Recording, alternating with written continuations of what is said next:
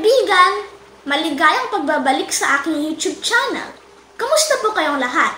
Ngayon, dapat masaya kayo kasi ikikwento ko po ang mga karanasan ko bilang elementarya po ako. Kaya magsimula na tayo! Una, magsimula tayo sa unang baitang. Ang guro ko po ay si Ginang Rosel Ann Doliente.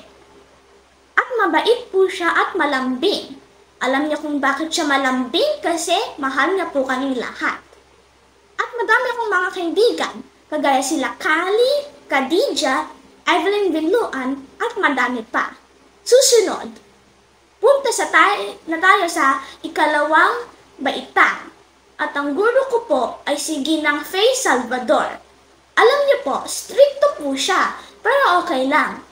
Kasi para matuto po kami bilang estudyante at maging disiplinado. At napili po ako bilang PRO sa aking mga kaklase. At naging little teacher po ako sa Araling Panlipunan. Susunod, ikatlong baitang. Ang guro ko naman ay si Ginang Marilu Lobete. At kagaya ng guro ko nung unang baitang, si Teacher Rosel Ann Doliente, mabait din po ang aking guro na si Marilu Lobete. At madami din akong kaibigan muli at ako ay pinili bilang vice-presidente. Susunod, ang ika-4 na baitang. Ngayon, ang guro ko naman ay si Ginang Rowena Averion. At magaling po siya magturo, kaya gustong-gusto ko po siya bilang guro. At muli, madami akong mga kaibigan muli. At ako ay vice-presidente ulit.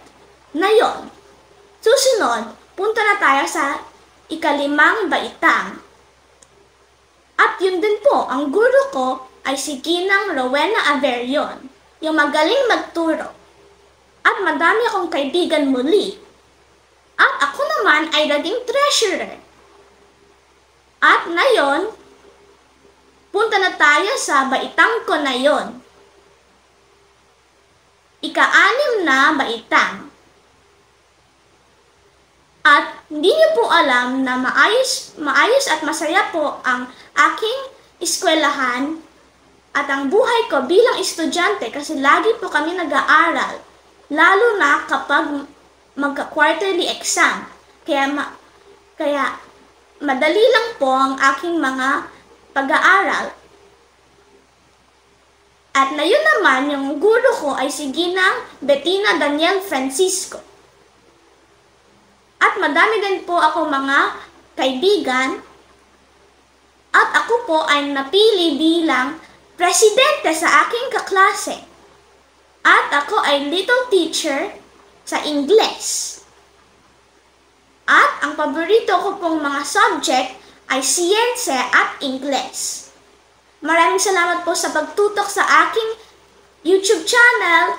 Sana po na gustuhan nyo. Sa susunod ulit, paalam!